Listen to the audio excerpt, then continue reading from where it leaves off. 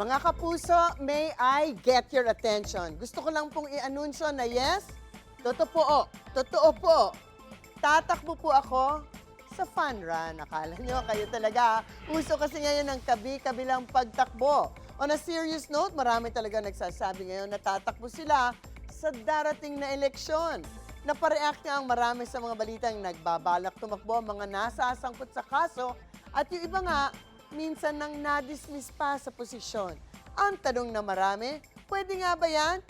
Ask me, ask Attorney Gabby. Attorney, diretsahan na, kahit nga ba may kinakaharap na kaso o na-dismiss na noon sa pwesto, pwede pa rin tumakbo.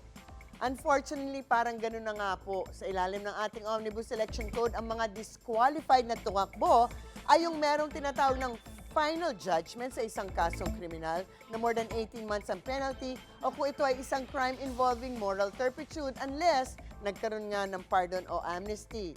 Two important things. Pag crime involving moral turpitude, mabigat pakinggan, pero madali lang ang ibig sabihin. Mga krimen na alam natin ay likas na mali. So malamang ito yung mga krimen na may involved na pagsisinungaling, pagnanakaw, pagpatay, at pananakit. You get the idea. Pero ito ang mas importante, para ma-disqualify sa pagtakbo ay final judgment po ang kailangan. So kung ongoing pa ang kaso, naka-appeal ito o na-dismiss ito, pwede pa mag-file ng candidacy at tumakbo. Kasi nga we are all presumed innocent until proven guilty.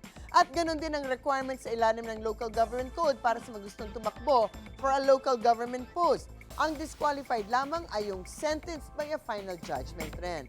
Pero kung kasama dito yung mga natanggal as a result of an administrative case, yung mga dual citizen, mga fugitive from justice, whether here or abroad at iba pa, kasama sila sa disqualified.